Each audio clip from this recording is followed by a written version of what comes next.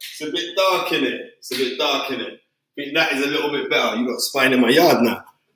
Boom, boom, boom, boom, boom.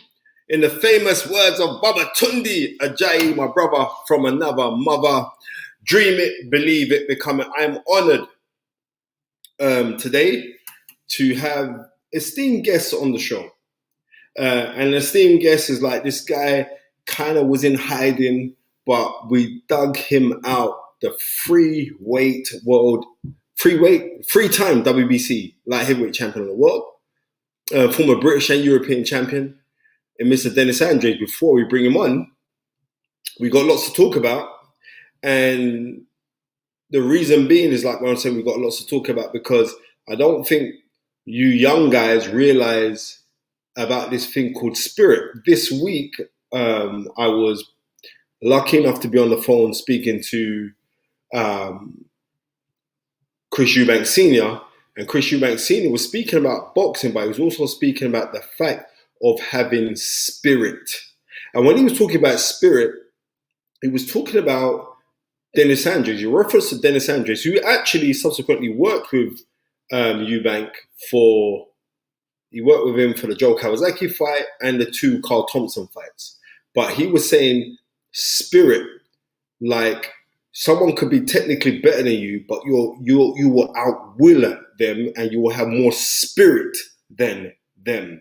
So we like to talk about the Kronk Gymnasium now with Sugar Hill and the things that Manuel Stewart did with Prince Nassim Hamed and with Lennox Lewis, 2 British fighters, right?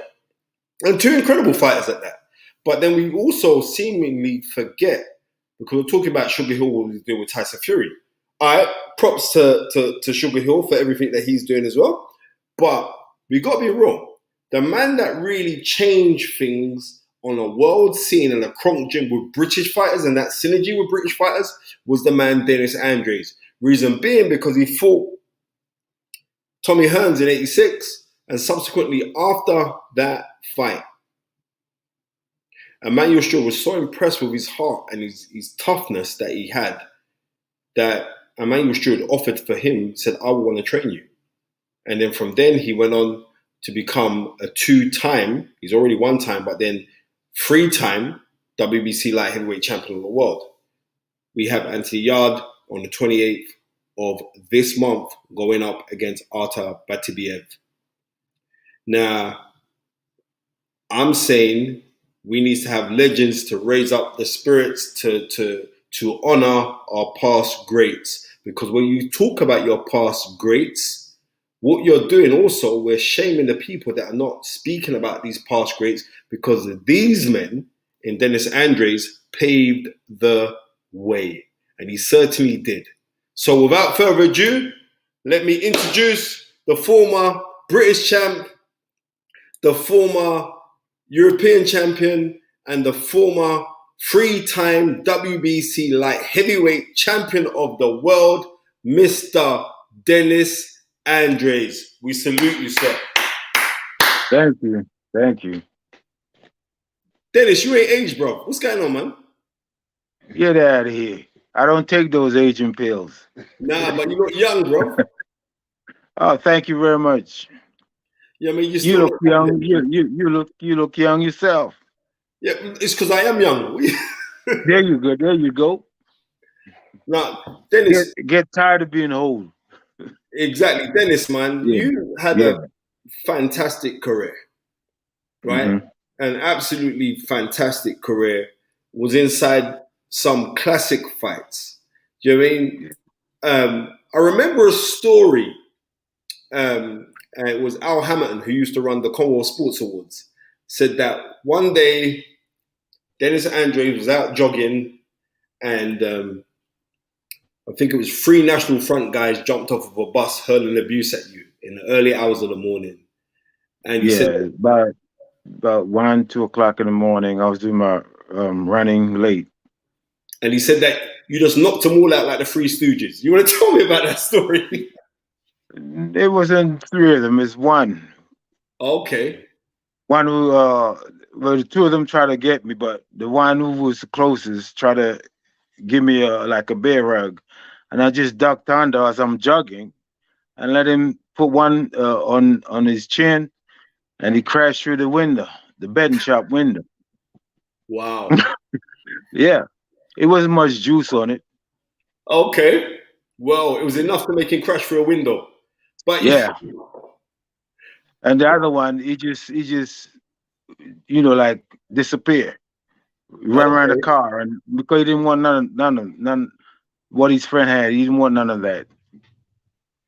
Dennis, how did you get into boxing? Because you were born in Guyana and you came to England, right? So how did you get Yeah, into boxing, sir? my friend Victor Jackson, he's a boxer, amateur, and I went over his house, and he had some trophies on these TV, and I said, "Shit, let me have one of them." He said, "No, man." He says, "I said, how you get them?" He said, I had to be in contests and fight for them." So I said, "Okay, then let me we go together and go get some." That's how I got into boxing, just to get some medals on my TV.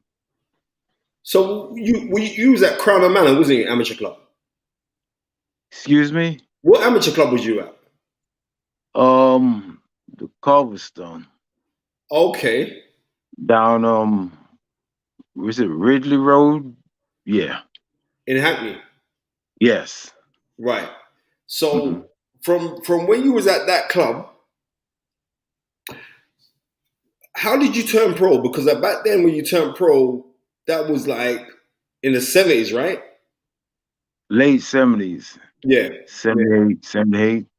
78. Right. Um, So when you yeah, when you how difficult was it for you then when you turned pro? very difficult. Yeah. Very. So like the fights that weren't coming in, because they threw you in deep, you know. There was like I found out in the end when I was in the professional gym, the Thomas Beckett. I Hmm. was training hard, and but then they used to give me fights when I wasn't training. So I learned from that. I went to the amateur gym and trained, so no one knew I was training or not because I was at the amateur gym training, was not going to the Thomas Beckett to train. So anytime I'm at the Thomas Beckett, I won't get no fight. But if I'm at the amateur club training, I'll get fight because they didn't Okay. know I was training. They didn't know I was training. I learned their tricks. But don't you think like they kind of matched you a little bit hard? Like Yeah, your 10th fight as a professional, they put you with Bunny Johnson. Bunny Johnson was a very good fighter. I yes, mean, he used to knock out British heavyweights. and light heavyweight champion, and they put you with him so early. Don't you think like that was bad matchmaking? They didn't care for me. They didn't build me up like how to build up all the rest of the pretty boys. Mm. But then, as you move on, you fight Tom Yeah. Collins. You and him go back and forth quite a few times, but you beat Tom Collins. Tom Collins goes on. He fights. He He challenges won for a world title later on. he So I won remember the that. he won the British championship. He won a British Tom championship. Collins. Yeah, Yeah. but he fights Lorenzo Barber, who's a Kronk fighter for the WBO. Yeah, I remember that fight. I was there and I worked with Lorenzo Barber. Lorenzo is a I good was at the fighter, fight. man. Good fighter. Huh? Ooh, Yeah, Lorenzo? Yeah, I worked out with him. yeah, good fighter. Yeah. But then, like, the thing that propelled you forward, you fight Bunny Johnson again in, what was that, 2 years later, or a year later, in 1980. And it's that you beat Uh, him. no, I didn't beat him. No, sorry, my apologies. You lost to him in a Yeah. 15 round fight. Yeah. Yeah. What kind of Because training did you? I was training good, and then they put me with a guy who had a bad flu. Keith Bristol. Have you heard of him? Keith Briscoe. Battersea. Yeah, from Battersea. Yeah, good fighter, man. You and him Yeah. fought a couple of times. Yeah, but Keith Bristol he had this bad flu, and I was working out sparring with him, and I had the flu, and when I fought Tom Collins, I was deeply flued up. I was even underweight. That was not even a light heavyweight. That was like 12, not even 12 stone. 12 stone. No, I was not even. I was like 11. Just say like 11, 10. So then I want to know, like, what was the turning point in your career? Because from 82 when you fight Tom Collins, and you 82. like, Yeah. yeah, you fight Tom Collins for the British, then you just went on some mad run. Nobody could have beat me in the light heavyweight division. Yeah, Nobody, no matter where they come from, they could not beat me. I had so much strength inside of me. Believe in yourself. Believe in yourself. That's all it is. because after that fight, yeah, you went 16 fights unbeaten, right? Yeah. Hmm. 16 fights unbeaten. You beat Keith Briscoe because you two was going back and forth with each other. I remember, Yeah. I remember a good fight, you know. What's his name from up north? Tim Brody. Tim Brody. Yeah, Tim Brody's not yeah. from England. He's not from England. No, he's not. Where's he from? USA. Tim Well, Brody's beat from him. He was a US. good fighter, you know. Excuse me? He was a good fighter. Yeah, he was knocking out everybody. Right. He was a good fighter. And I Well, remember that fight when you beat him because they showed that fight on BBC. I remember that fight. That fight, wow. then you fight, you get the draw with what's his name? Alex Brenchard. Blanchard, yeah. He was a tough man, you know. And nobody beat that man. They had to give it a draw because I put a beating on him. Plus, I dropped him, and then he dropped me and cut my eye. Yeah, but I remember when you dropped him, yeah, the referee counted 9, and he was gonna count to 10, and he went like this to him, Yeah, and he got up. yeah. If the referee didn't do Everybody, that, he would have got up, you know. I could have seen it in his eyes. Yeah? And I don't think he never fought again after that fight. I don't think I heard him fight anybody since that time. Nah. Hmm. But then moving on, 86, you fight JB Williamson. Yeah. Right. Tell me about that fight. This is for the WBC light heavyweight championship Well, award. yeah. Right. Tell me about that fight. Mm, well, JB was doing what JB does, just talk a lot of nonsense and trying to wind me up, but it didn't work. As I said, believe in yourself and you could do anything, which I did. Because I never thought I would ever fight for a world championship. You didn't think that? Nope, because everybody say you're this, you're that, but this is not the fighters, because they know I could fight. This is the media who had it in for me. I never had no help from no media, Mm. apart from maybe Hal Hamilton. Okay. So why do you think you didn't have any help from the media? Because your style was very unusual. It was a tough style. It wasn't a Yeah. yeah. So do you think It's that not kind of went even against you?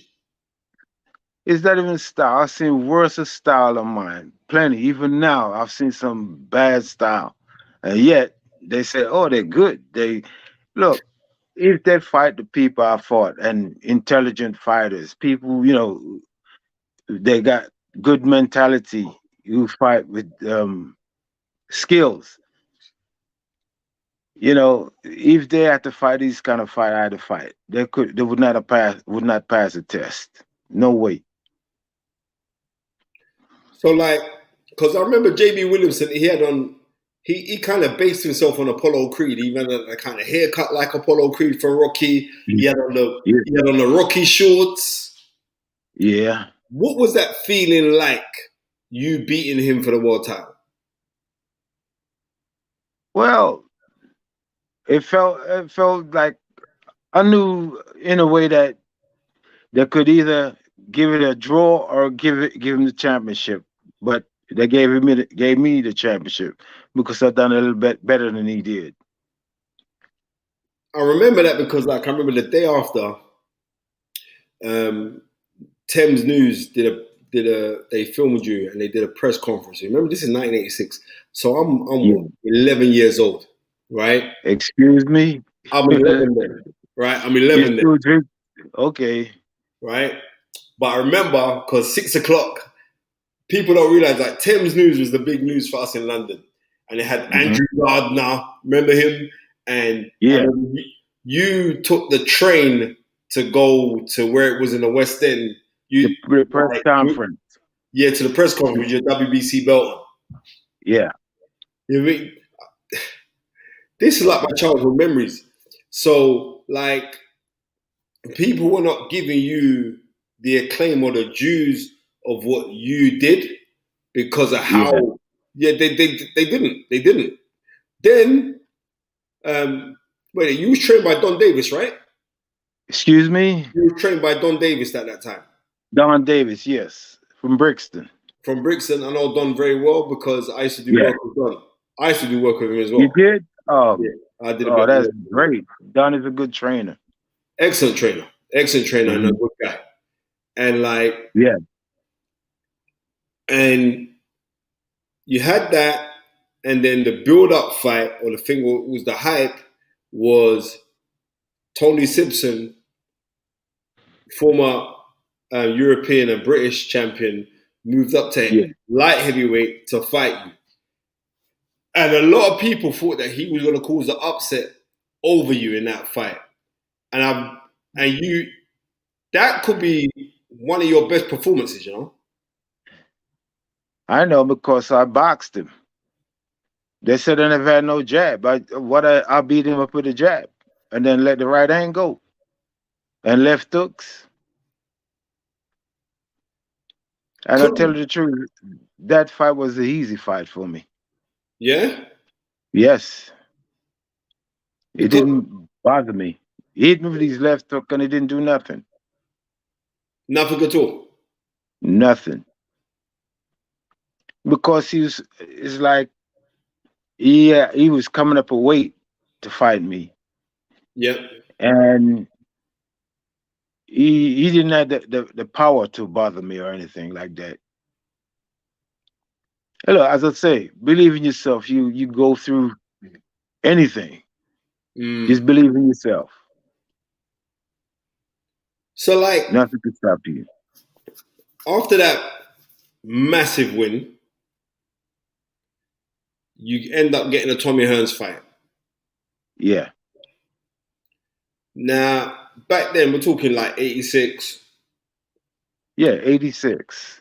Tommy It's Hearns a was sec- looking to become the first man to win 4 world titles, four to become a 4-weight world champion. Mhm. What was it like going into that fight with the Motor City Cobra? What it was is that the people I was with was not doing their job. Who was getting paid to do a job. Nobody did what it's supposed to be doing and watch out and look out for me.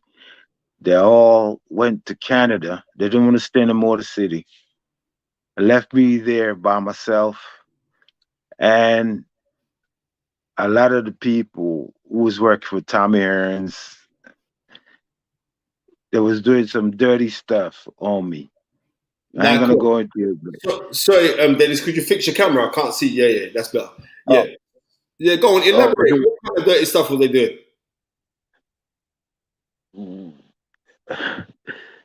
well, like when I was doing my road work and that, and come back to rest after running and that, I was tasting some bad substance in my food. Yeah.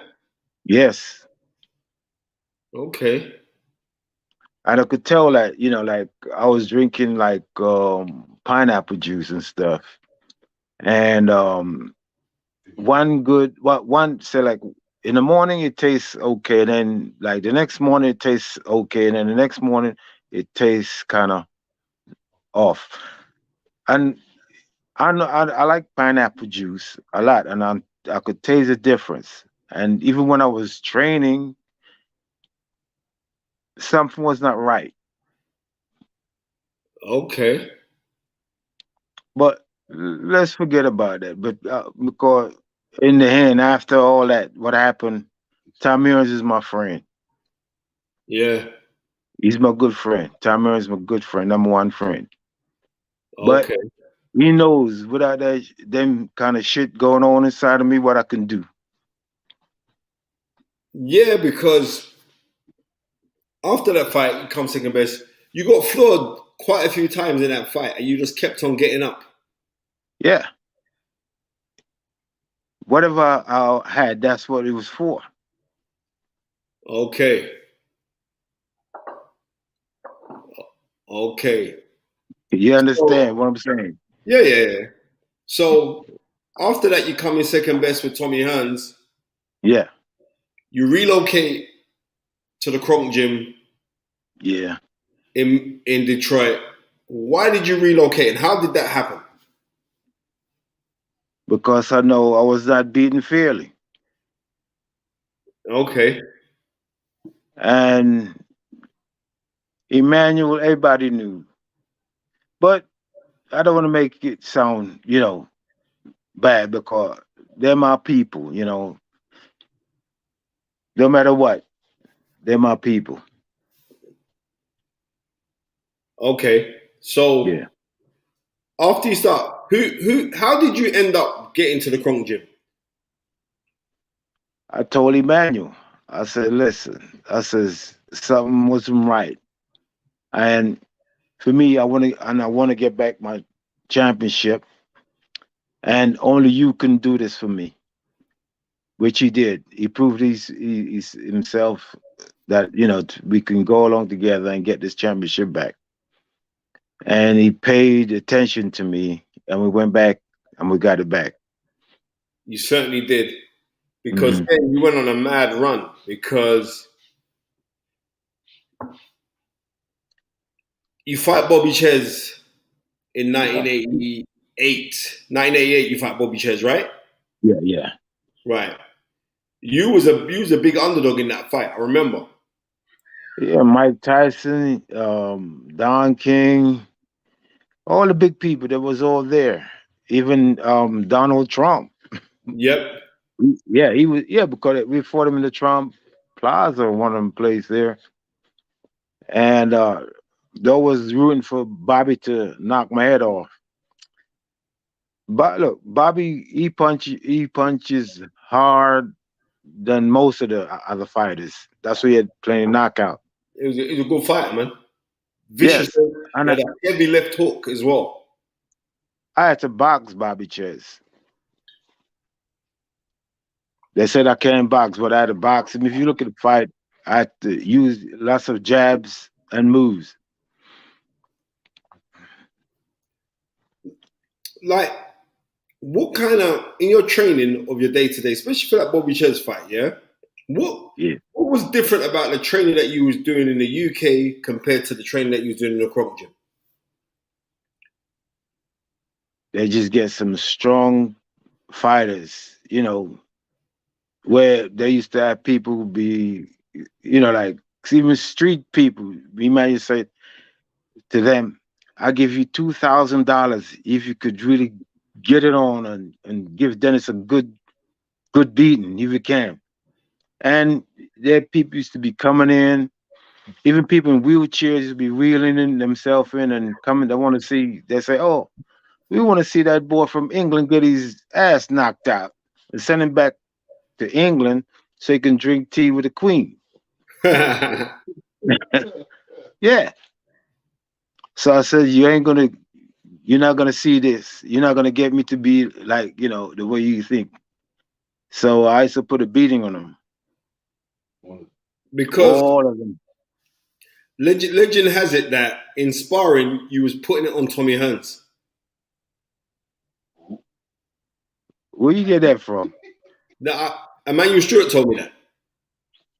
You sure Emmanuel tell you that? Swear to God, he told me that. Well, if he tell you that, I could tell you. I says to Emmanuel, I don't like the way Tommy's beating up the sparring partners because Aaron Barkley's not like that. Aaron Barkley he's like me. He's not gonna give up and he's gonna keep throwing them punches until he gets you. Right. And so I said to Emmanuel, let me go in there. This was in Vegas. I said, let me go in there with Tommy Hearns and rough him up a bit. He said, you want to go in there and do that? I said, yeah, put me in there because we're all from the same team, Kronk team. So Emmanuel put me in there and I let Tommy look good for the first 2 rounds. And then I started. And then tragedy. Tragedy. What happened? On my behalf. So and everybody saw what happened. So, I ain't gonna say because as I say, he's one of us. Respect. And from then on, he said, I'm not gonna let you and Tommy spar ever, never again. Because he only got a couple fights left and you're gonna take everything out of him. No more. Okay. So that's what I'm saying. They know what they did. So you move on, you get the world title challenge again for the WBC crown, for the vacant crown that Tommy actually vacated against was it Tony Willis, right? I fought Tony Willis. Yep, for the vacant crown, and you put a pasting on it. And Tony Willis was decent because he's an unbeaten fighter. I remember him. Yeah, he was unbeaten. He fought even Witherspoon. Yeah, I know. But by the time when you fought him, he was undefeated. And he was undefeated. For a light heavyweight, he was unbeaten. Yep. And you put an immense pasting on him, stopping him in 5 rounds. ITV showed that fight. Wow. I didn't know they were showing my fights. Yeah, ITV showed that fight because you beat him up on a Saturday, and I remember on the Monday you were in TVM Studios. You with Ann Diamond and what's the other brother name? I remember you coming in and like you came in, everyone was bigging you up. They said it was a fantastic performance. I'm trying to find that on YouTube, but I can't even find that. But that was Maybe now. Yeah, you can't find YouTube. I'm gonna check. I'm gonna go check. I'm gonna look for that. Right, but you gave that. I know the fight. The Tony Willis fight is definitely on YouTube. I know that because I watched that fight about 2 years ago. So yeah, but when you beat him, everybody was singing your praises. Then everybody they started to take you seriously. Well, I was serious all the time, but just that people thinking that the media, who was against, if you don't have no media, you ain't going nowhere. Yeah. It was all against me because I wouldn't, if you don't talk to me properly or come to me the rightful way, I don't want to know you. I don't want to talk to you. And that's why me and them didn't get on too good. Because they used to like mess around with you, your mentality, try to, talk to you like if you're an idiot. So I said, I want to talk to you. You're going to treat me them ways, we don't talk. Yeah. Because at the time when you beat Willis for the WBC title, we had a man in the UK who boxed out in America, and Lloyd Hannigan. Lloyd Hannigan just lost his WBC welterweight crown against. So this is like at this time here, February of '89. Bruno and Lloyd. Yeah, Bruno. Yeah, you took the words right out of my mouth because Lloyd Hannigan fought. I think Lloyd Hannigan fought on the 9th. Then you fought in the middle. I think you fought on the 20th or the 21st. Then a few days after you, on the 25th, which was in celebration of it being 25 years since Muhammad Ali fight and winning the world title against Sonny Liston in 1964. There was that fight where Mike Tyson stopped Frank Bruno in 5 rounds. So that was a big build-up. So it was like the morale was kind of dampened when Lloyd Hannigan lost against Marlon Starling, getting stopped in 9 rounds. But then a week after, you come out and you destroy Tony Willis for the WBC title at light heavyweight. And then Frank Bruno on the 25th fights for the undisputed world heavyweight championship against Mike Tyson. Do you remember that fight? When you remember that fight? Was you at that fight? I remember that. Yeah. No, I didn't go. Oh, you didn't go to it? I'll go to my own fight. Okay. So, like, because when you won the title, that kind of raised the morale, because I remember Frank Bruno, it was a massive thing that Bruno was in against Mike Tyson. I mean, a massive thing then. Like, I had to go to the theater to watch that fight. I remember going to Leicester Square to watch that fight. Because of that time and how the fights were then, when you went over to the Kronk Gym, what was the difference in the training regime when you was at the Kronk? What was so different about the Kronk that made it a special place? Well, they show you all your faults and how to counter all your faults, how to like fix all your faults. Right. And fine tune you, get you ready, and get you fit and ready for anything. Plus, there's certain things you got to look for, like like when Tommy Hearns he throws trick shots. He tricks you onto these shots, which he could never do that to me now because I know all the moves, the trick shots move. It's a split second. That's why I was just walking on to all the trick shots. So I learned the trick shots. He couldn't do that to me again. Okay. Yeah. Thank you very much, Joe Barlow. That was it. Nick Owen. I was thinking of the guy. Like on TVM, it was Ann Diamond and Nick Owen.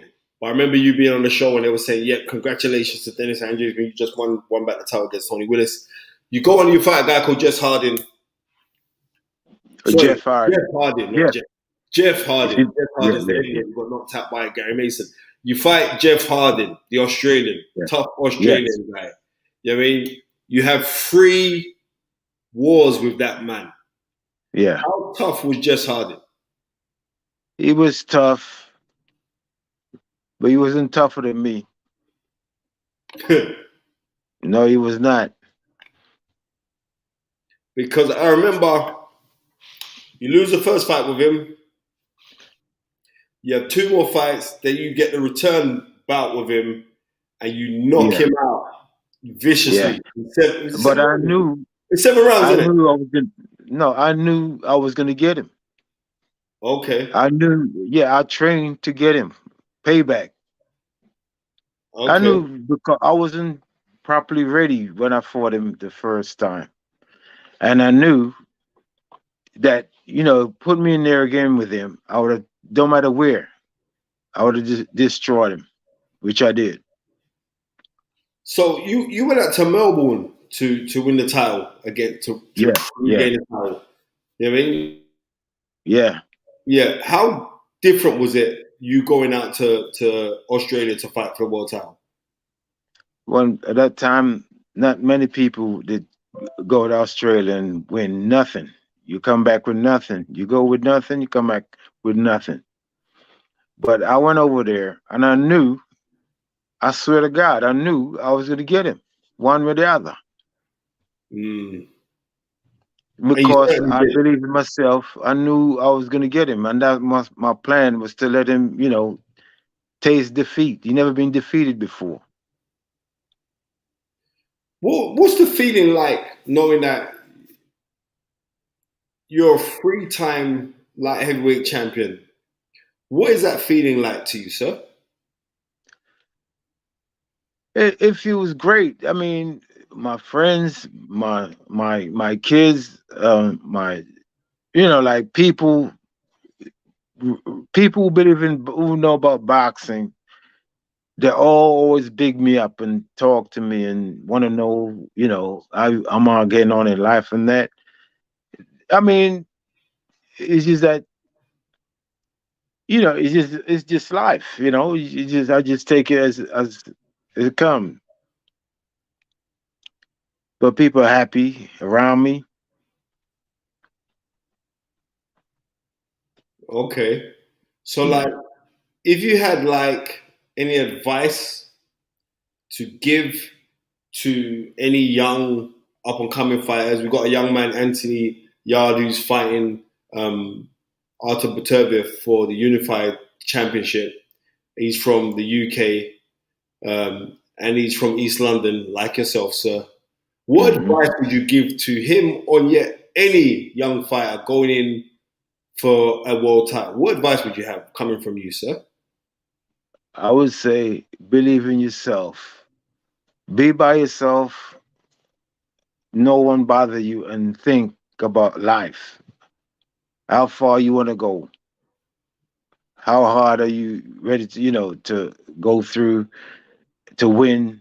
Whatever. It don't have to be fighting. It could be anything. Mm. Just believe in yourself,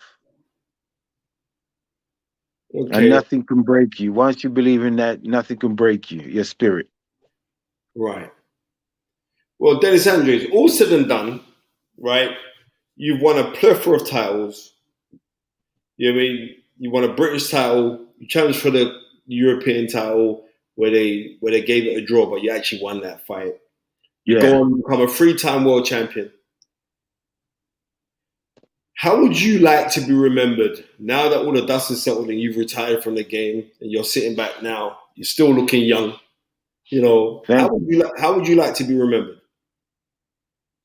As a good fighter. As a good fighter. If I wasn't a good fighter, I would not even get the first win the first championship or even win the British championship. So I must be the best, one of the best. Mm. A guy Sugar Ray on there has asked a question. He's asked, "Do you ever visit Guyana?" Not yet, Okay, but I'll be going out there. Many well, times I made it go just like Jamaica. Supposed to go Jamaica maybe 6 times. I've never made it. okay, Everything is ready to go, but I still don't go. okay. Because I was training all the time, or I had other work. My career come first. I hear that. I hear that. Yeah. Well, Mr. Dennis Andres, it's been a plum pleasing pleasure. There's a lot of knowledge up in your head, and the mere fact that you were a three-time world champion at a time when there was only three belts and everybody could fight, right? Because Yeah. at the time when you were champion, the guy that held the IBF was Prince Charles Williams. You had the I spar WBC. with him. I spar with him too. Get Okay, him ready for you had the fights. WBC title, and Virgil Yeah. Hill had the WBA title. BA, yeah. Right. It's me you're talking to. You're talking at that era there. That's when I was a young kid. I was like, that was it. I was so excited. It was like now we're sport for choice how to watch boxing, and whereas Yeah. titles are fragmented and everyone's got a belt of some kind Yeah. of thing, right? Yeah. But yeah, this what you did was amazing, and it's an honor to have you on the fighters, right? Um, and I know that you did a little bit of training. You were training fighters and all the rest of it. Maybe that's what you should get back into because there is a lot of Yeah. experience and knowledge in your head. And I know this for a fact because when I'm seeing other great men like Chris Eubank speak about you, they speak of levels. Hi. They speak Yeah. of levels of the things that you did. Okay? Yeah, well, I will be getting into some training pretty soon. Hopefully, With because I would hate for you to not pass on the stuff that you know. Yeah, I've got plenty knowledge to pass on to the youngers. Well, hopefully, because I hope that we had a couple young guys on here that they heard something as well. So anyway, thank you so much, Dennis, for being on the show. It's been an honor. Thanks to your son Wesley as well. I met him a few weeks ago. He said, "Yeah, man, I'm Dennis Andrews' son," and I was like, "What?" I was like, "Now we got to get Dennis on the show, man." So it's been an honor to Okay, speak to you. An honor for you dropping and walking down memory lane with you. It's been a great time. Thank you so much, Dennis. Take care. God bless, brother. okay, okay, man. Salute, Have a good night. thank Thank you. you. Yes, yes, yes. That was Dennis Andres on the show. You know what I mean? I'm grateful for Dennis. You know what I mean? Big up Country Don. I'm grateful to Dennis for the simple reason. Just go back and watch the guys' fights. Go and watch Dennis Andres, the Jeff Harding fights. He had 3 fights with him. Go watch those fights so you see what's going on. Go and see how tough this man was. Go watch his fight against Tommy Hearns in 1987. You know what I mean? He gets floored about 5 times in that fight and kept on getting up. Just go and watch those fights. And then you'll know of the toughness of the man. His fights when he beat JB Williamson to become his first time when he won the WBC championship. Just go and watch those fights and then come back and say something to me. Then that's when you know. Yes, yes, yes. You see, we're not playing now. We're rolling them out today. Black Fight Fan in the house, my friend. What's up, brother? How you doing? Can you hear me good? I can hear you real good, man. I can hear you real good, man. We'll Cool, keep it man. true up in there, you know? Already. How you doing, brother? I'm blessed, my friend. Thank you so much. Take me back, Pirate Radio. Yeah, a little bit of encyclopedia, a little tiny bit of one. And what people need to remember is this: I don't need to Google stuff because I've got it up in my head. Knowledge. Knowledge. We just had Dennis Andres, former 3-time WBC champion, on the show. It was simply because when Dame Dash was over here, he was over here about 2 months ago. Mm-hmm. So I got invited to go to dinner. But like the guys that were running the security was Dennis Andres' son. So we got talking, so he watched his show and everything else. I said, what? So you got to get your dad on the show, man. You got to tell your dad. And like Dennis he's happily retired now. He likes to be, you know what I mean? He likes to be like kind of cool and reclusive. But I said, no, because he worked with a couple fights. He did a lot of work with Chris Eubank Sr. Okay. In the tail end of Senior's career. And I was like, I'd like to see him back in there just for the fact of the respect, because to win a world title once is amazing. But this man won it 3 times. Yeah, that's a feat right there. All right, I'm telling you. That's a feat. Right. He won it 3 times. You know what I mean? And impressed a lot of people. I remember he lost to Tommy Hearns, right? In 87. Okay. Tommy Hearns had him down about 5, 6 times. And he wouldn't quit. He kept on getting up. You know what I mean? Beast. And everybody knows when that guy from Detroit, Michigan hit you with a right hand, you knew what time of day. Tommy knew Hearns, what time it was. He's a mad puncher. Yeah. But yeah, so it's great to have Dennis on the show. But we just got to keep this thing 100. Counting out in our last 15 minutes. So we've got the real guy out there to tell me what's going on out in the States right now. We want to know what's going on out in the States.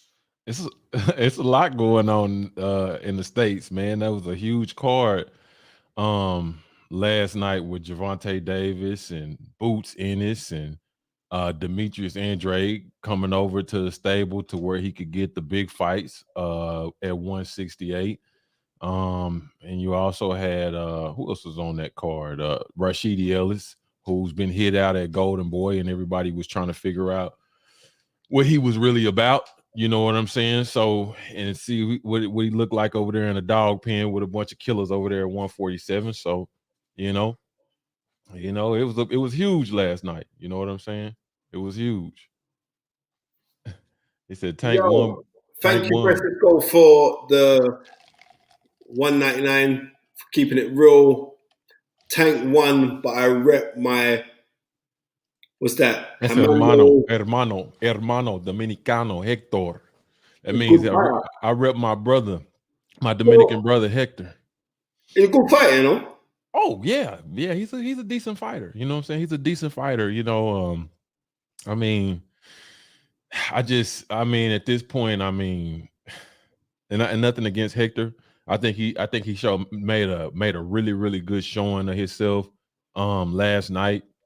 But at this point, I'm just getting tired of all the back doors and back streets for Gervonta Davis. I really want to see him fight champions and take it to and fight real tough competition. You know. So what do you think? Because I'm hearing now the talk what I saw is like they're saying I think it's April 15th, I believe, is that he is meant to be fighting Ryan Garcia. Yes, that's what he said. Have you heard that as well? Yeah, Ryan Garcia actually dropped a date. Gervonta Davis confirmed it at the press conference. You know what I'm saying? Ryan Garcia dropped the date, and Tank confirmed it at his press conference last night. So they are going to be fighting. That's what they say, but I don't. There's still a bit to me, and this is just from the outside looking in. It seems to be a bit of the business that is not complete. It's something left to do for them to do. What it is, I don't know, but it don't seem like everything is done as far as the business. But I think both of them have signed off, but I think it's something else left. There's something else floating around out there, you know. But we'll see. We'll see. Yo, 1 second, Gary. Get rid of that guy, H Cash. There's no disrespect coming on this live. Thank you very much. You're blocked. There's no disrespect coming on. I ain't got time for that nonsense today. Boom. Especially you don't disrespect the next man's queen. We don't do that foolishness. Yeah. So that fight, because April the 15th, historically, that's a good date, you know.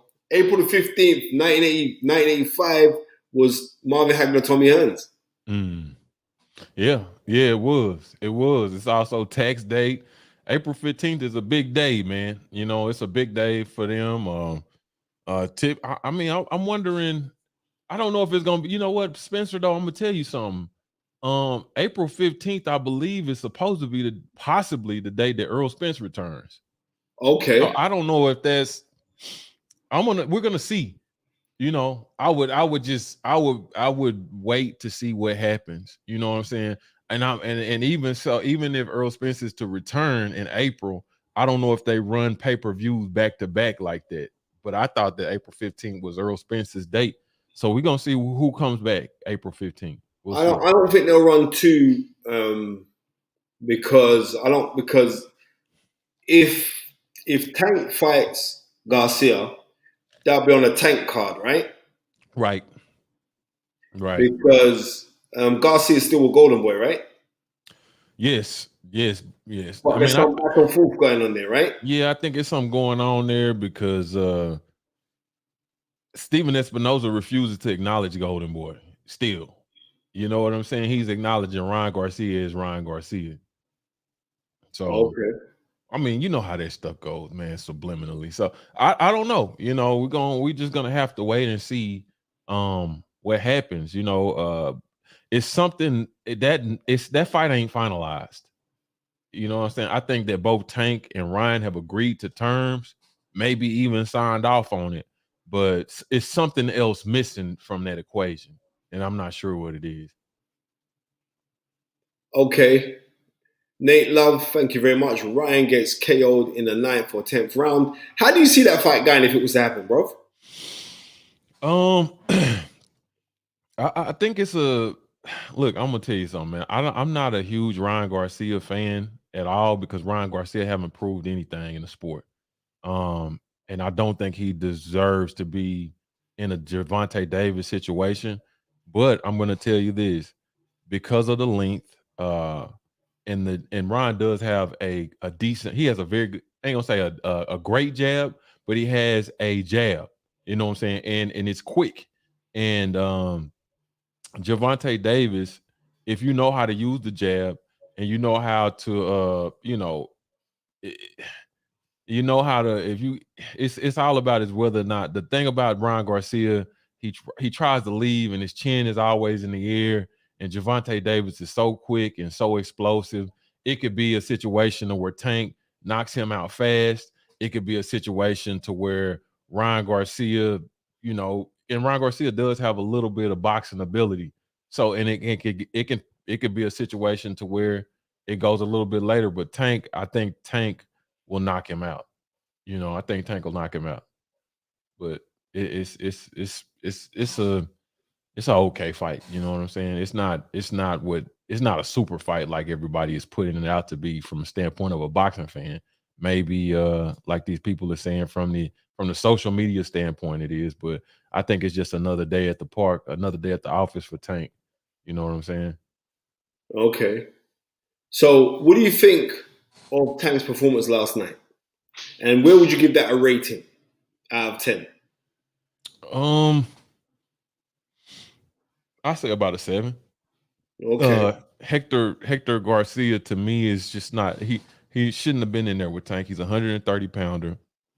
I don't feel like him beating Chris Colbert, who ain't really who never really was anybody. He was Chris Colbert was a hype job. You know what I'm saying? He had 6 knockouts when he fought Hector Garcia. Not saying that knockouts are everything, but he didn't have nothing to keep a guy like Hector Garcia honest, who's an Olympian, have 400 amateur fights, but he belongs at 130. I don't think that Hector Garcia should have moved up immediately to fight Tank Davis after he won a title against Roger Gutierrez, who was initially put there to give Chris Colbert a championship. You know what I'm saying? And Hector Garcia just did what he was supposed to do against him. And I think that he got an opportunity to fight Tank where they moved him up to 135, and he was put in the mix. You know what I'm saying? And I think that he performed to the level that he was supposed to perform at, and he was just another opponent for Tank. But I will say he put up a good showing of himself, and I think that he can be able to move back down to 130 and as a world champion and get some good fights and do well for himself and make some money financially.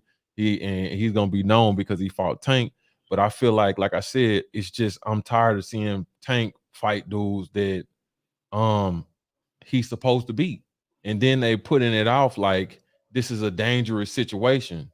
Tank is almost 30 years old, and he's been he's been put on this pedestal for so long, but never demanded to do anything. So I mean, and there's guys out there that's in his weight class that the world thinks can beat him, and they like younger than him and have done more than him at his weight class. So it's just one of those things. The only one person that I could be thinking about when you're saying that is Devin Haney. Devin Haney and Shakur Stevenson. I think Shakur Stevenson is have a more impressive resume. I don't think that anybody on Tank's resume is equated to Oscar Valdez. And you may be even as far as a skill situation. Now, as far as recognition, I don't think there's an Oscar Valdez on Tank's resume. And as far as skills, you can even maybe say the Robinson Conceição situation. I don't think it's a dude as skilled on Tank's resume as that. You know what I'm saying? And the dude that Tank just fought last night was a champ at 130. Now, Shakur Stevenson was a unified champ at 130. You know what I'm saying? So, it's a lot of arguments there, but of course, you would ask yourself, why isn't Gervonta Davis going after undisputed? Especially after how hard his coach was hugging that WBA regular title last night, since belts don't matter. You know what I'm saying? He was hugging it close last night. It looked like it meant something last night, the regular championship. If you love the regular championship like that, why not go after undisputed and get all the belts? It's one guy that got it. And if he's so easy, if he's nobody, he's nothing, he means nothing, and everybody is asking you about him every press conference and stuff like that, why not go after it? Why not stamp yourself as the true supremacy in that division? Well, maybe it's because RYAN GARCIA's got this massive hype behind him. he's like an internet sensation, and it's more about that kind of thing to kind of see like how that pans out first, because that would be a big fight. It would be a big fight, bringing eyeballs to the sport. We got to give it undue. It's like, well, let me ask you this. Tank brings numbers though. Let's be real. I mean to cut you off, but I got to ask you this: why didn't Tank ever fight Lomachenko? Yeah. Lomachenko don't bring nothing, especially when he was at his height, looking for Tank. You got to understand, Devin Haney's 23, 24 years old. Shakur Stevenson, 23, 24 years old. Tank is almost 30 years old. He's been here a long time, right? No, he's 28, man. Yeah, he's almost 30 years old, right? He's 5 years older than them other guys. Loma, he's in Loma's class. Why he never fought him? He should have fought Loma before Teofimo did, right? Yeah. And I heard him making statements about, Devin and Teofimo. He should have fought Loma before Teofimo did. But everybody can, everybody got their own opinion of it. You know what I mean? But do you think that's more the willingness or the unwillingness of the promoters, because guys are at rival networks and stuff like that, instead of the fight themselves? Because I don't think that Tank, I believe that with Tank's mentality, they will go in with anyone. That's what I believe. Yeah, I disagree. You disagree? Yeah, I mean he doesn't say that. That's not what he's representing. He's not representing that he going with anyone. And at this point, Spence, man, I'm gonna just be real with you. What promoter would turn down working a unified deal with PBC for Tank? Tank can fight anybody he want to fight. If Tank wanted to fight Devin Haney, ESPN would be more than willing. Even though Devin got one more fight with Top Rank, you know what I'm saying, with the Lomachenko situation that he's allegedly doing, or whatever happens next, whatever fight happens next for him, that's his last fight. But even if Devin was to stay with ESPN and Top Rank, do you think that ESPN will reject the Lomachenko situation? I mean, excuse me, reject him fighting Devin? No. You think they would even reject him fighting Lomachenko? You think ESPN will reject him fighting Lomachenko? Would they have any objection to Tank fighting Lomachenko? They wouldn't have no objection to him fighting no name.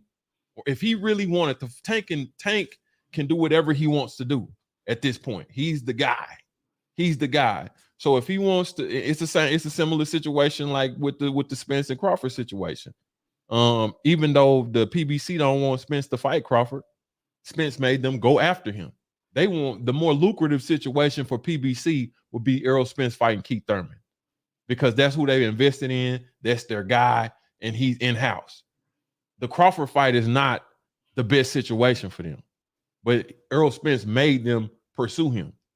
You know what I'm saying? And it's going to be the same situation with Tank. If Tank really want the big names, if he really want the best fights, he tells Al Heyman and PBC and Steven Espinosa, those are the fights that I want. I want Shakur Stevenson, or you don't even have to go out to Shakur Stevenson. That don't make no sense. The name that makes sense, the name with all the belts, is Devin Haney. I want Devin Haney. Go get Devin Haney. Devin Haney ain't never said that he the A side and he want all this money or nothing like that. We seen in a George Kambosos situation where Devin Haney jumped across the street to a whole nother network, took less money, went to the dude's backyard and fought the dude's backyard in front of his home crowd. And beat him twice. So you cannot, it's not a situation like you have to look at this objectively. You know what I'm saying? When Gervonta Davis speaks, and then you have a situation where he'll play with the fight in front of the fans, but he not honoring it. He not honoring it. It's something there. It's something there. And I'm gonna be honest with you. Hector Garcia is an Olympian. He could box. And I'm gonna say this: he's nowhere near on the level and pedigree of boxing ability, acumen, education with the jab, athleticism as Devin Haney. I agree. Thank you, One Up, for your £1.79. One Up Fem says, Black, can you get me unblocked on Trill, brother? So you must have blocked this guy from Trill. I didn't block him, man. It's probably he probably got it caught up. Let me come into the chat right now.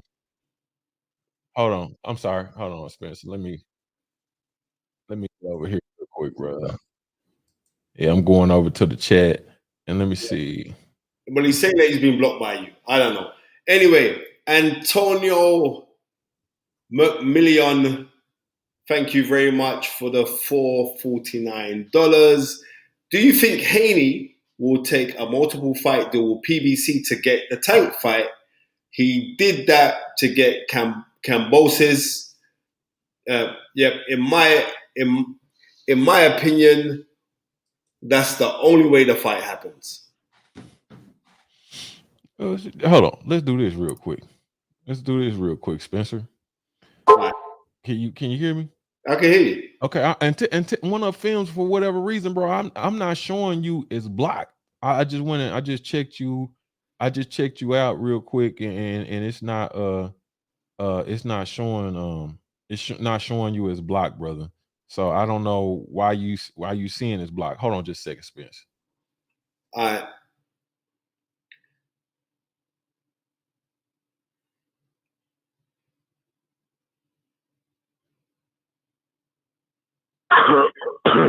Hey, Black Fight Fan TV with the homie.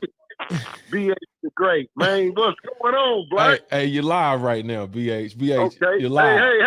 Hey, listen. Wait. It's always live. It's always live. Huh? Wait. I'm on a live right now with my brother Spencer Fearon. I got a lot of the UK brothers in the chat right now. Yes, sir. I'm in the UK. Shout out to UK. Man, listen, please believe it, man. Shout out to UK, man.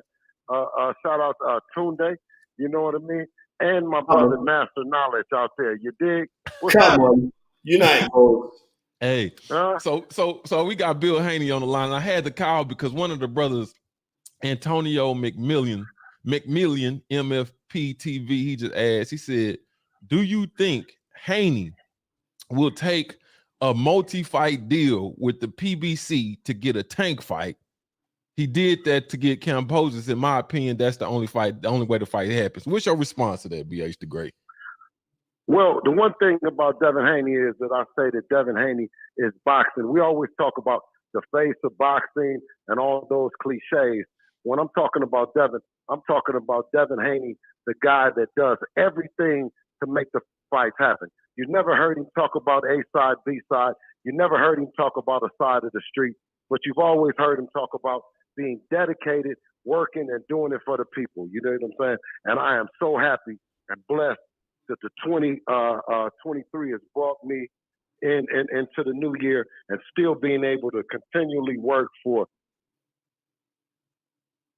Devin Haney and Devin Haney. We lost you a little bit, man. We lost you a little bit. You there? You there? Okay, we lost you on the last part. We lost you on the last part. You say you're happy to be working with DHP and what? I said I'm just happy to be working for Dev and DHP. You know what I'm saying? And just the fact that you've never heard us say that, so you're not gonna hear us ever say that it's something that we can't do to make the fights happen. You know, it's about bringing people together. Clearly, you've seen that while we were working with DAZN, that wasn't the place to be. Ironically, you have a lot of the big names, whether it be Canelo, Floyd, and then I believe that, I don't know, Tank might be in negotiation with Eddie Nem or DAZN for RYAN GARCIA and doing a blockbuster deal. One thing that Dev represents, and he's came in the game, that is being a boss and being able to not cross platforms, but bring platforms together and bring people together, and the idea that working together works. And that's whoever it might be. So to answer your question, Devin is going to continually do everything to make the fight. And I think that's why his number ain't getting called the way you would think that it would get called if he wasn't the best fighter in the lightweight division. Was you afraid? I mean, excuse me, not afraid. Was you shocked that Gervonta Davis I was didn't. shocked that you just said afraid. No, I You didn't. dig what I'm saying? But Nah. go ahead with the next question. Was you shocked? Was you shocked that Gervonta Davis didn't call out Dev last night, even though Dev got all the belts? And was you shocked to see Calvin hugging that WBA regular title like it was the super championship, the real championship that your son holds? No. But I'm more so surprised, and a lot of the real boxing aficionados that know this sport and don't really necessarily call him on that. I'm not saying if you're not marketing him as the biggest attraction in boxing. He's doing some great things to push this sport forward, right, and bringing a great audience. You know, when we talk about being legendary and being the best and pound for pound and all those things and breaking down the barriers, going to across to another country and all those things, that's Devin Haney. You know what I'm saying? And we will fight whoever about that and about that when you start speaking in that way. Him, whatever Tank said or he didn't say at the end, it was a great fight, superb effort by Hector Garcia. Great crowd that came out. And Tank down like he's normally down, rallied back, and hit the home run. You see what I mean? But when you talk about a fighter like Devin, you don't drop rounds to us. We've had to come back. We're out there in front, and you don't get back. You don't drop 7, 8 rounds or a close fight and be looking for one shot. No, it's not happening. That's one thing. And the second thing is when you pick certain fighters that run out of steam because you're smaller or you hitting them and they're not as in the second half of the fight. Devin is a complete 12-round fighter, and we know that. So somebody calling out our name and all that other shit, whether it be Tank or whoever it is, we do it for the people and we do it for the admiration that Devin is number one, not none of that other shit. Okay, I'm gonna throw it over to Spencer. I know he got questions for you, because I know he really want to get the lowdown, and so I'm gonna throw it over to him, man. And I want to give you a congratulations. I seen your TED talk. That was huge. Seeing your TED talk. I see the No Half Stepping podcast coming. You know what I'm saying? I see you doing big things. We definitely do. That's what we doing, man. And I'm happy that I'm able to help serve, you know what I mean, brothers like you know what I'm saying, brothers like Spencer, Tunde, you know what I mean, across the globe and celebrate No Half Stepping, because that's truly what you brothers is doing. You know what I mean? You ain't doing no half stepping, but thank you. Yeah. Yo, Bill, honor and thank you for jumping on the show. Tunde's in camp right now with Yard because they've got unified pick up on the 28th. I want to ask you this question here. If you had your dream fights for your son in 2023, what are the 3 fights that you'd love to see happen for your son? Lomachenko. Okay.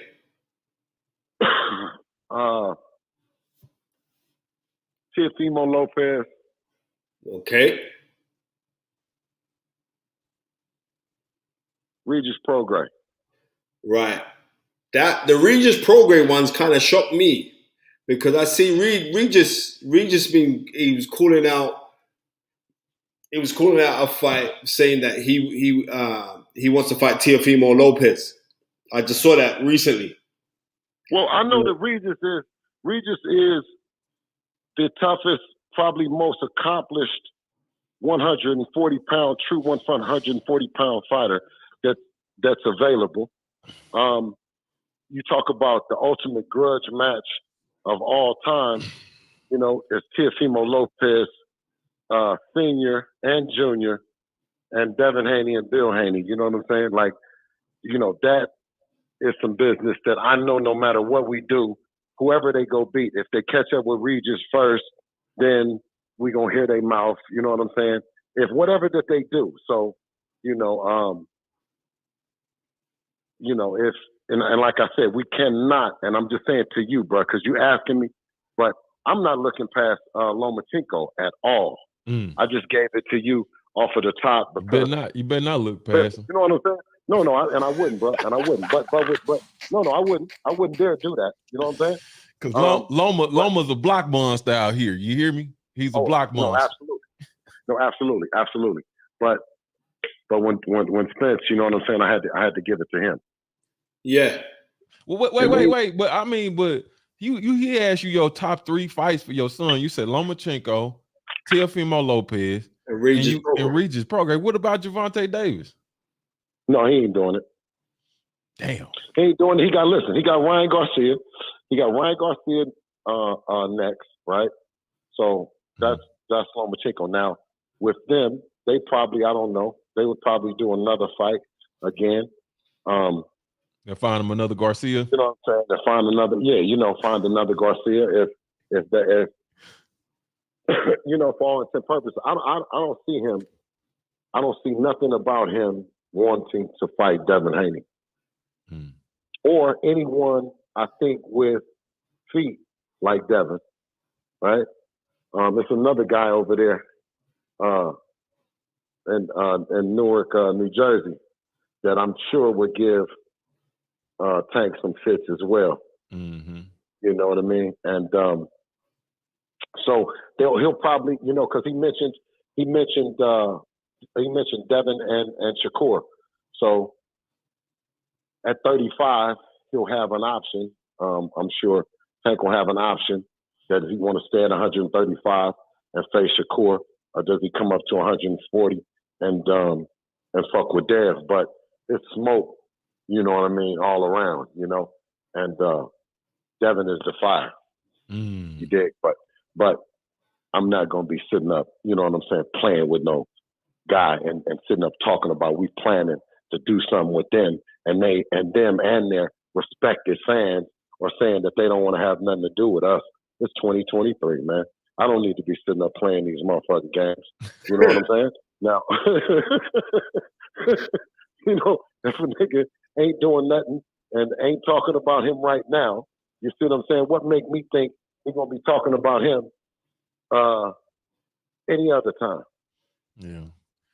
Yeah. I feel you, man. I mean, I feel you. I know the game, and then you get these peewees out here. You know what I'm saying? That just, you know, they looking for any door to run away from the situation, but never with keeping it real and telling the truth. You know what I'm saying? So, I mean, I'm with it. You know what I'm saying? All them fights to me seem extremely dangerous because I know for a fact Tank refused to fight Lomachenko. I seen the first, and I said this on the show all the time. And this is not me capping. The first words I ever heard Lomachenko speak was disrespect to Tank. He was the first time I heard him say anything in English.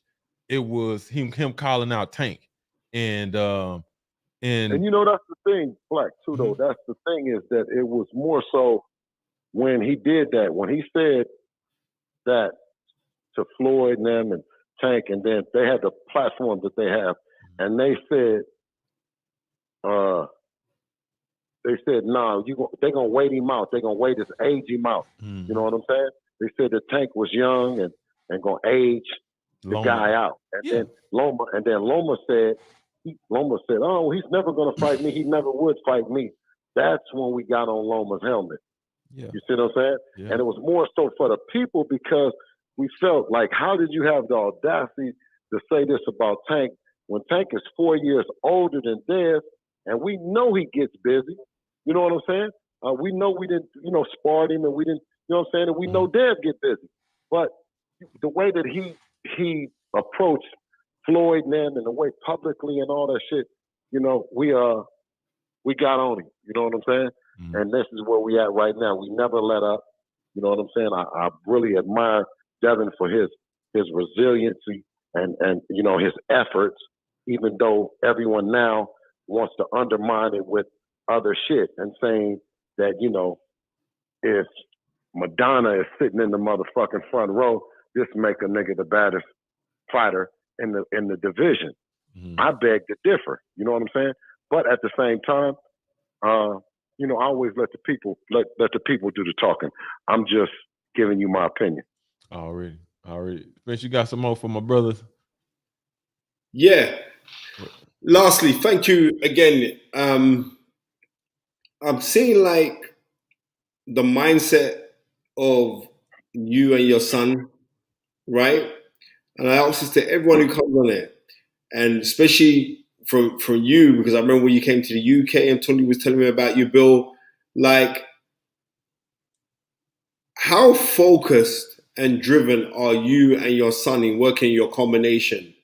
You know, how do you do it from parent to partners? How have you managed to do it? Oh, absolutely. I mean, I do it with the patience that you show your partner, you know, at work, you know, whether it's a guy that's running a Fortune 500 company or it's your supervisor, you know, when you show the patience and you understand the dynamic and how beautiful the dynamic can be, and how when the dynamic is beautiful, then your kids and you know the family prospers. But when you look at it from, oh, my son and how is your son and your shit working? Well, that's that's where you trans you know, you transfer from being a parent to being a partner, and you understand, okay, everybody don't have the best day and everybody is not feeling the best, and you know that kind of patience you do with your partner is different than you do when you go home sometimes. So I think that I'm more conscientious of being just as, you know what I mean, just as patient with my partner and my 8-year-old daughter or my 13-year-old son, who both play tennis, who will be going to the court in a minute.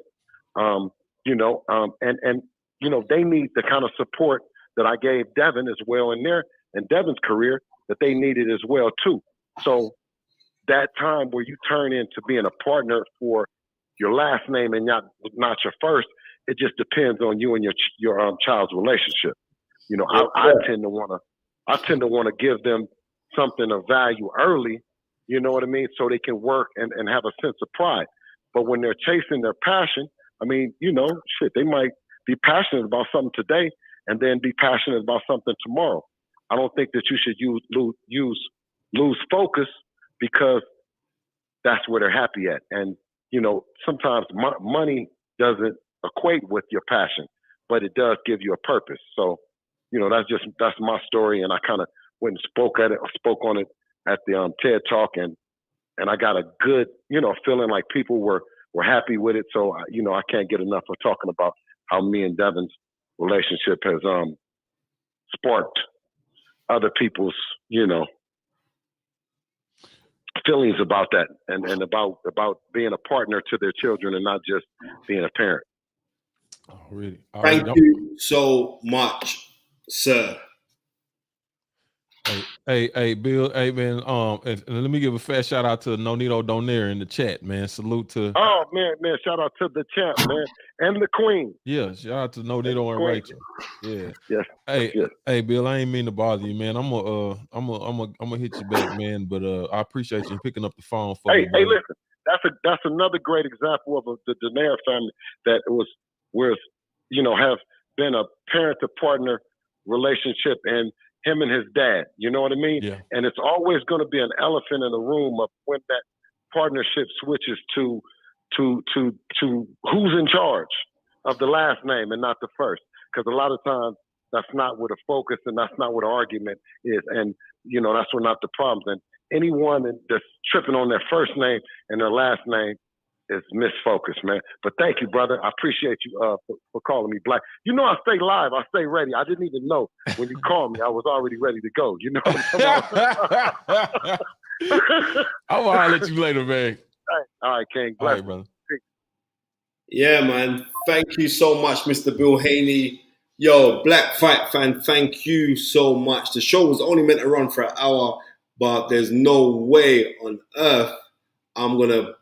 I mean, we gotta get Nonito on there on it because Yeah. I'll link you up. We gotta get Nonito on there. I love the Donaires. Nonito, my guy. He's a good guy, man. Excellent fight guy. He's a great guy and a beautiful human being. Him and his wife. He's a great guy and a great ambassador for the sport. Come on, absolutely, man. But yeah, Black, nothing but love for you jumping on the show today. Yeah, I mean, like I said, Tundi's in camp hard, Vanny Yard. Gonna bring back those belts, baby. So, yeah, mate, you're gonna bring back those belts. So, massive thank you to every single person who jumped on the show today. Thank you to everyone who sent in the Snapchat money and everything else like that. Thank you so much to you guys. Peace and love to you guys. Thank you so much to my guy, Black Fight Fan. What time is it tomorrow? Cause I know you're on tomorrow, right? Yeah, tomorrow we'll be on Trill at around 1 o'clock Central Standard Time, which is American time, Texas time. That's 6 o'clock UK. Yes. Okay. Yeah. 6 o'clock UK. And So you guys join into that. You know what I mean? And keep it 100 true. So massive big up to Black Fight Fan, my guy. And let me. I want to say what's up. I want to say give a big shout out to the people that mess with us in the UK, man. We love y'all. We appreciate y'all support, and we thank y'all so much to the UK people that stay up and mess with us and enjoy the show. Thank you. And One Up Films, man. It don't show you blocked. I'm gonna look again and see. I'm gonna go to my thing, but go to CC channel and try to leave a comment on this channel. And I'll try to get to your page to make sure and double check that you're not blocked. Yeah. Thank you so much for that. And in the famous words of Babatunde Ajayi, dream it, believe it, become it. And I end in closing. Come on down. Have a beautiful week and an even more beautiful 2023 because we're out here. Peace, two fingers. We're out. Lions in the camp.